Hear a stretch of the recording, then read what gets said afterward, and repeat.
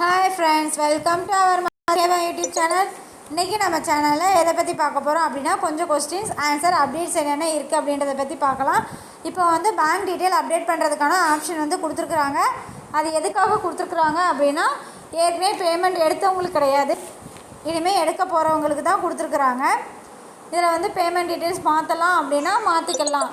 ஒரு சிலருக்கு வந்து பேமெண்ட் வராமல் இருக்கும், அவங்க எல்லாருமே மாற்றினா உடனே வந்துடும் அப்படின்னு சொல்லி ஒரு சிலர் மாற்றுவாங்க. அப்படிலாம் கிடையாது.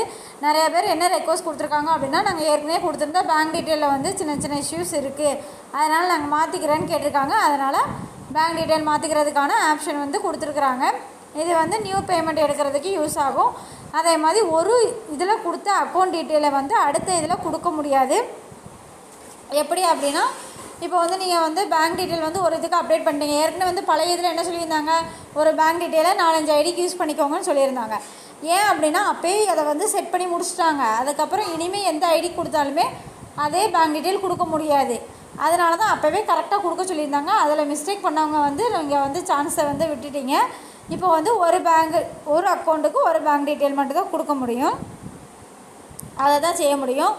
அதில் கொடுத்த பேங்க் டீட்டெயில் நீங்கள் ரெண்டாவது கொடுத்தா கூட அதை அக்செப்ட் பண்ணிக்காது. அந்தளவுக்கு சாஃப்ட்வேர் வந்து ரெடி பண்ணி வச்சுருக்குறாங்க.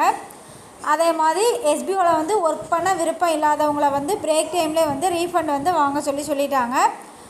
ஒரு சிலர் வந்து ரீஃபண்ட் வாங்கியிருக்கீங்க, ஒரு சிலர் வந்து அப்ளைனரை வந்து டிஸ்டர்ப் பண்ணுறீங்கன்னு சொல்லிட்டு அப்ளைனர் வந்து பேமெண்ட் கொடுத்துருக்கேன், அவங்களுக்கு வந்து அமௌண்ட் கொடுத்துட்டேன், நீங்கள் ரீஃபண்ட் கொடுங்க அந்த மாதிரி வந்து கேட்டுட்ருக்கிறீங்க.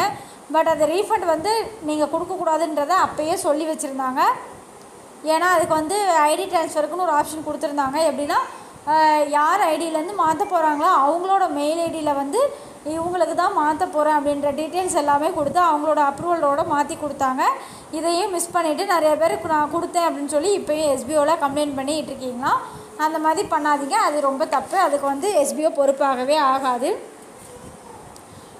அதே மாதிரி இப்போ வந்து கூப்பன் பர்ச்சேஸ் பண்ணவங்க எல்லாருக்குமே வந்து இப்போ வந்து பெண்டிங்கில் உள்ளதெல்லாம் அப்ரூவல் ஆக ஆரம்பிச்சிருக்கும். அப்ரூவல் ஆகலை அப்படின்னா ரிஜெக்ட் ஆகிருக்கும். ரிஜெக்ட் ஆகிடுச்சு அப்படின்னா அதில் என்ன பிரச்சனை அப்படின்றத பார்த்து நீங்கள் கரெக்டான பேமெண்ட் ப்ரூஃபை வந்து அப்லோட் பண்ணிங்க அப்படின்னா அது அப்லோட் ஆகும். அதே மாதிரி இப்போ கூப்பன் பர்ச்சேஸ் பண்ணிட்டீங்க அப்படின்னா அதில் வந்து பை மோட்டில் ஆட் ஆகும். அந்த பை மோட்டில் வந்து ஒரு சில நம்பர் வந்து டிசேபிள் ஆகிருக்கு. அது என்ன பண்ணலாம் அப்படின்றது தனியாக ஒரு ரெக்வஸ்ட் எடுத்து கண்டிப்பாக பண்ணி கொடுப்பாங்க. அதே மாதிரி இப்போ ப்ரொமோஷன் டீமில் இருக்கிறவங்க எல்லாருமே வந்து பேமெண்ட் பண்ணவங்க எப்போ எங்களுக்கு சேல்ஸ் டீமுக்கு மாறும் அப்படின்றத கேட்டுட்ருக்கீங்க. கண்டிப்பாக உங்களுக்கு எல்லாருக்குமே இப்போ அப்ரூவல் ஆக ஆரம்பிச்சிருக்கோம். அப்ரூவல் ஆனதுலேருந்து ஒரு 2-3 நாளில் கண்டிப்பாக மாறிடும். நெக்ஸ்ட்டு என்ன அப்படின்னா, இப்போ ப்ரூஃப் ஆஃப் எஸ்பிஓவில் வந்து நம்ம ப்ரூஃப்ஸ் நிறைய ஷேர் பண்ணிகிட்ருக்கோம். அதில் வந்து ரீஃபண்ட் கொடுத்த மெம்பர்ஸுமே இருக்கிறாங்க. அவங்க எல்லாருமே வந்து தயவுசெய்து ரீஃபண்டை வாங்கினவங்க எல்லாருமே வெளியே போயிடலாம். இல்லை அப்படின்னா வெளியே போகிறதுக்கு அவங்களோட அப்ளைனர்ஸ் எல்லாருமே சொல்லி வெளியே அனுப்பலாம். ஏன்னா 2 lakhs மெம்பர்ஸ் தான் வந்து இனிமேல் எஸ்பிஓவில் ட்ராவல் பண்ண போகிறாங்க. அதனால் நம்ம ப்ரூஃப் ஆஃப் எஸ்பிஓலே வந்து 2 lakhs தான் வந்து இதுக்கான லிமிட்டு. அதனால் நோ ப்ராப்ளம், அடுத்த குரூப் எடுக்க தேவையில்லை. அதனால் ரீஃபண்ட் வாங்கினவங்க இப்போதைக்கு நோட்டீஸ் போர்டை ஃபாலோ பண்ணுறதுக்காக நோட்டீஸ் போர்டில் இருங்க. பேமெண்ட் ப்ரூஃப் ஆஃப் எஸ்பிஓலேருந்து கொஞ்சம் வெளியே வந்துடுங்க. அது எஸ்பிஓக்கு ரொம்ப ஹெல்ப்ஃபுல்லாக இருக்கும். அதுக்கப்புறம் வந்து இப்போ கூப்பன் கோட் வந்து அப்லோட் பண்ணுறதுல வந்து நிறைய பேருக்கு வந்து பிரச்சனை இருக்குது. அதனால் அதை வந்து கொஞ்சம் சேஞ்ச் பண்ணி ஈஸியாக கொண்டு வர்றதுக்கான வேலை நடந்துகிட்ருக்கு. அது கொண்டு வந்துட்டாங்கன்னா ஈஸியாக நீங்கள் அப்லோட் பண்ணிக்கலாம். அதுக்கடுத்து இப்போ யார் வந்து பேமெண்ட் வந்து பண்ணுறதுக்காக ரெக்வஸ்ட் கொடுத்துருந்தீங்களோ அவங்களுக்குலாம் அக்செப்ட் பண்ணியிருந்திருப்பாங்க. தயவு செய்து 7 நாளுக்குள்ளே பேமெண்ட் பண்ணிடுங்க. இல்லைனா அந்த ஆப்ஷன் டிசேபிள் ஆயிரும். அப்புறம் பேமெண்ட் பண்ணிவிட்டு அந்த பேமெண்ட்டை வந்து உங்களோட அப்லோட் பண்ண முடியாமல் போகிறதுக்கு நிறைய வாய்ப்பு இருக்குது. இப்போ உங்களோட இது வந்து அப்ரூவல் ஆகிடுச்சி இந்த பேமெண்ட் அப்படின்னா உங்களுக்கு வந்து 7 நாளில் வந்து மெயில் வரும். அந்த மெயிலில் வந்து இதுக்கு அப்லோட் ஆகிடுச்சி அப்படின்றதுக்கான இன்வாய்ஸ் எல்லாம் வரும். நீங்கள் அதை வந்து கரெக்டாக ரிசீவ் பண்ணிக்கோங்க. அதுமாரி நிறைய பேர் வந்து நியூ ஜாயினிங்க்கு இன்ஃபர்மேஷன் கொடுக்க ஆரம்பிச்சிட்டிங்க. நியூ ஜாயினிங் என்பது சும்மா இல்லை, இனிமேல் வந்து பேசிக் இன்டர்நெட் நாலேஜ் இருக்கணும். கண்டிப்பாக இன்டர்நெட் பார்த்தோன்னா எக்ஸாம் வச்சு அவங்க அதுக்கெல்லாம் கரெக்டான ஆன்சர் கொடுத்தா மட்டும் தான் எஸ்பிஓவில் அவங்களால ட்ராவல் பண்ண முடியும். இல்லைனா அவங்கள வந்து நியூ ஜாயினிங்கில் எடுக்கவே முடியாது. ஏன்னா நமக்கு வந்து நிறைய இன்டர்நெட் நாலேஜ் இருந்தால் மட்டும் தான் பண்ண முடியும். எஸ்பிஓவில் இதுக்கு முன்னாடி இருந்தவங்க எல்லாருமே வந்து கொஞ்சம் ஓரளவுக்கு இன்டர்நெட் நாலேஜ் கம்மி தான். அவங்க எல்லாருக்குமே வந்து எஸ்பிஓ நிறையா சொல்லி கொடுத்து நிறையா பண்ணி அவங்களுக்கு இன்டர்நெட் நாலேஜ் வளர்த்துருக்காங்க. இதே மாதிரி சொல்லி கொடுத்தா கற்றுக்குவோம் அந்த மாதிரி உள்ளவங்க கூட வரலாம். ஒன்றுமே தெரியாதவங்க உள்ளே வந்து ட்ராவல் பண்ண முடியாது, ரொம்ப சங்கடமாக இருக்கும். ஏன்னா ஒவ்வொரு நேரமும் ஒவ்வொரு மாதிரியான ஒர்க்ஸ் கொடுக்குறதுக்கு வாய்ப்பு இருக்குது.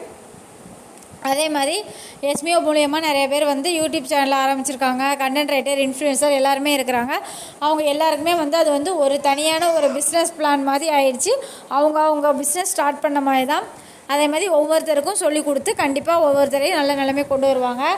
இதில் வந்து சேலரி வந்து எதுக்கு இப்போ ட்ரைனிங் பீரியடில் சேலரி கொடுக்குறாங்க அப்படின்னா, இப்போ நமக்கு சேலரி கொடுத்தா தான் நம்ம கொஞ்சம் ஆர்வமாக அந்த ஒர்க்கை கற்றுக்கிட்டு நல்லா பண்ணுவோம் அப்படின்றதுக்காக நமக்கு வந்து அதுக்கு சேலரி கொடுக்குறாங்க. வேறு எந்த கம்பெனிலும் இந்த மாதிரி கொடுக்க மாட்டாங்க. அதேமாரி ரீஃபண்டுமே நம்ம எஸ்பிஓ மட்டும் தான் கொடுக்க முடியும். அதுமாதிரி நெக்ஸ்ட் வீக்கில் வந்து இன்னும் 4 விதமான ஒர்க்கு சொல்லி கொடுக்க போகிறாங்க. சொல்லி கொடுத்து அதை வந்து நமக்கு